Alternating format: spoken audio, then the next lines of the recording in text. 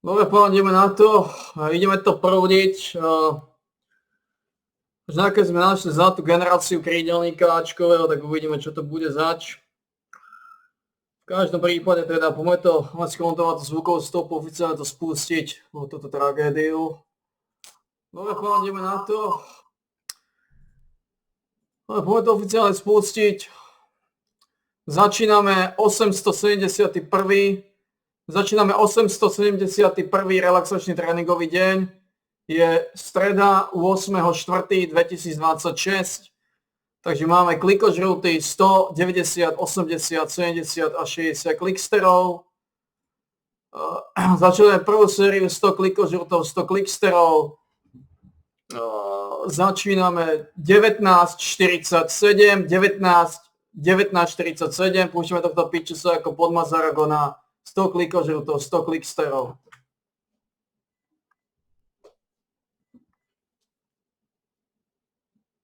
Or you could say reworked versions of older dungeons, both of which I have made mechanics guides for, and we'll also be getting a whole new Battlegrounds map with the unique feature of building and destroying bridges. We'll also be getting the return of the double arch boss event, and we're even getting some PvP balancing in the way of stat caps. But for me, the most exciting thing is the addition of 14 new brooches, a gear item completely new with different stats. I have gone through these in a separate video. There are 6 dedicated to PvP with PvP stats, and then another 8 dedicated towards PvE. The best thing about these is going to be the traits and the trait resonance. You will ultimately want to just farm these dungeons as much as possible, and good luck with your drops. It is a 3.9% chance that you get a brooch, and there are 4 of them from these dungeons, but only PvE ones. You'll also be able to go to trials. This has been correctly updated so that the golden chest also has a chance to bring those PvE brooches. However, if you're looking to get the PvP brooches, you'll of course need to do Nebula, and opening these updated pouches has a small chance to drop those, along with doing Battlegrounds, getting victories, obtaining your victory chests, and potentially purchasing some more here, giving you more chances to get these brooches, although the drop rate is very, very tiny. I expect these PvP brooches to be pretty expensive, especially compared to the PvE ones. On top of that, there is a small chance you'll get them from arch bosses too. You can see their updated loot tables, and they include one of the PvE brooches here on the standard, like but then the ascended version has all these PvP brooches. Druhá séria, 90 klikožrutov, 90 PvE brooch with the skill damage boost, which will probably be the best in slot 1, although it only has front attack stats. But still, the skill damage boost buff duration are really good here. But ultimately, doing all the content you already do, and then throw in the new dungeons, and you will be able to get those brooches. At least have a chance to do so, along with the golden chests from trials. The chance that you do get a golden chest has been increased, but only on tier 9 and 10. This has been highlighted with the dimensional trial changes in the patch notes just here. They've also changed it so all tiers now give 3,000 points, meaning if you want to get your 42,000 per week, you're going to have to do 14 trial runs. And this is without the opportunity now to spend your dungeon currency to get rewards. These will now be isolated to just the dungeons, and of course you'll be wanting to run these new ones.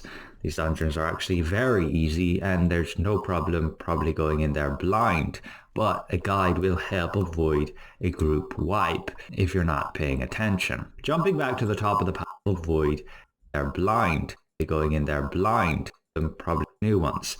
These dungeons are actually very easy, and there's no problem probably going in there blind, but a guide will help avoid a group wipe if you're not paying attention. Jumping back to the top of the patch notes, downtime will last about 4 hours, starting at the usual times.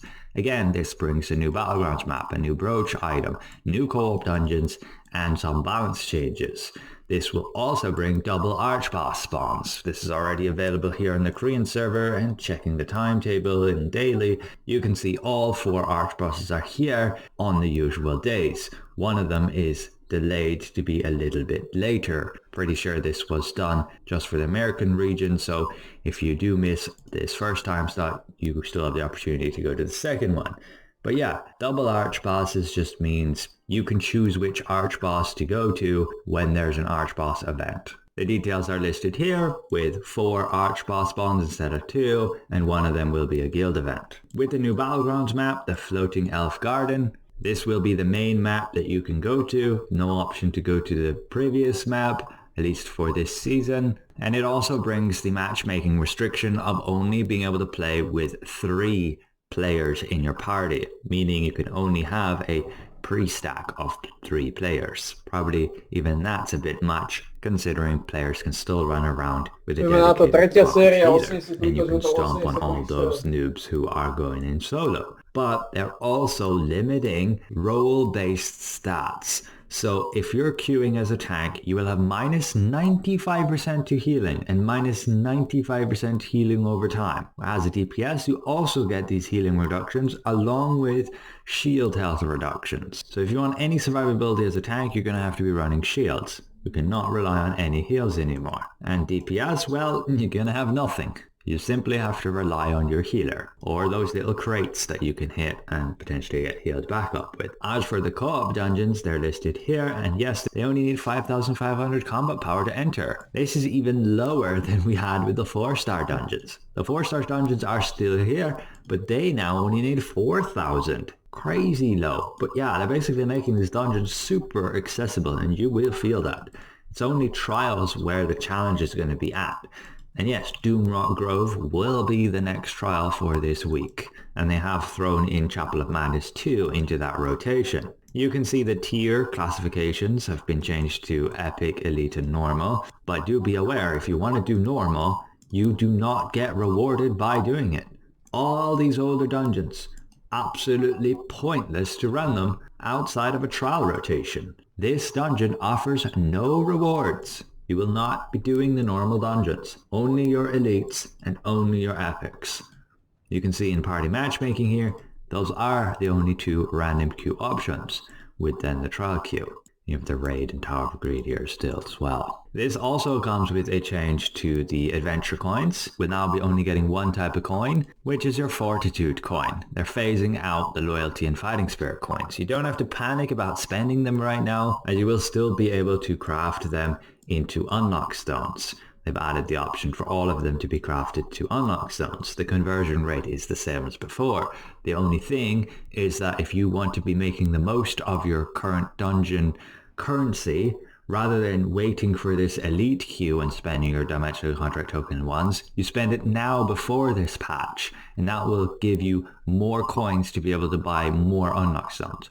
Although the loot in this is better, so consider that. But moving on, they highlight the new brooch equipment slot. It will be available to all characters after this update. They can be acquired through Nebula, co-op dungeons, solo dungeons, arch bosses. Yes, I forgot to mention that there. Hall of Illusion will have a chance to give you them, and it's actually a pretty good chance. to čtvrtá séria. Group 5, and it's a 54.6% chance. Okay, let's put this on Nightmare. Check that again. You can generally run Nightmare fairly easily. It's a 50% chance you get this, and then it's random whether you get one of these 4 PvE brooches. I don't know why, for some reason, the lower difficulty here had a higher chance to actually give the brooch. That's crazy. And if we go to the easiest difficulty, okay, no chance to get the brooch. But yeah, maybe you want to do the middle tier difficulty for the highest chance to get the brooch. There will also be a gear sync system for brooches, but there cannot be runes attached just yet. And we can see that in the enchantment section here.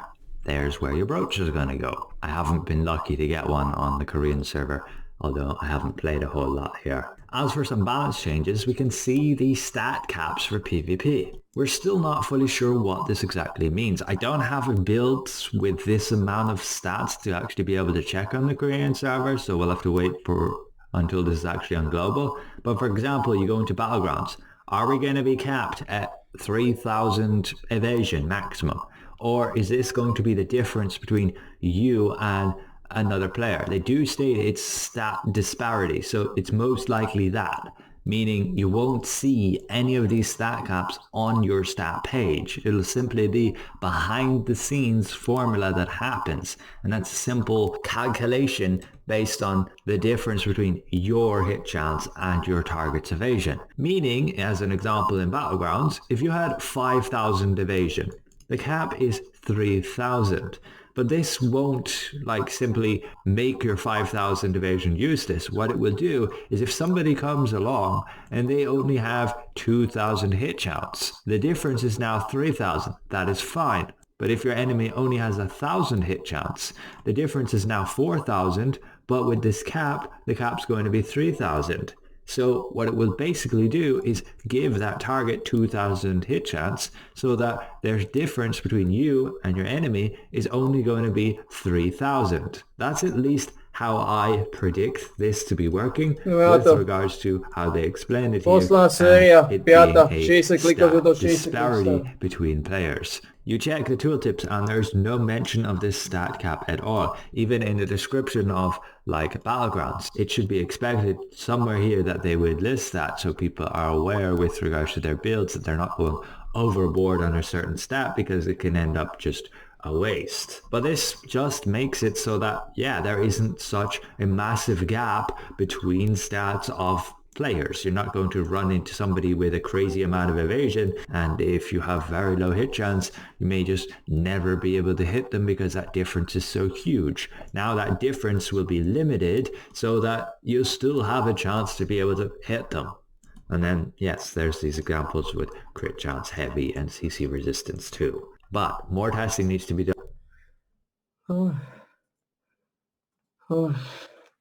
Je to za nami.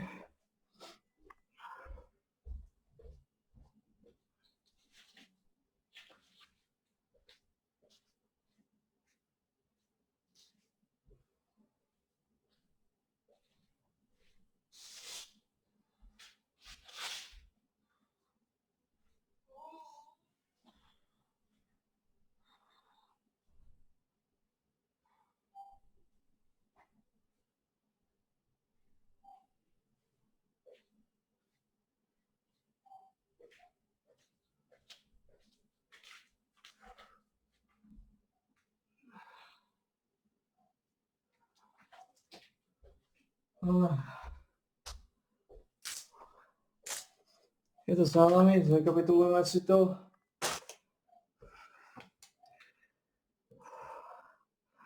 ...871. relaxačný tréningový deň za nami. Bolo 8.4.2026. Skončili sme 19.59. Dlhý segment, trval presne 13 minút.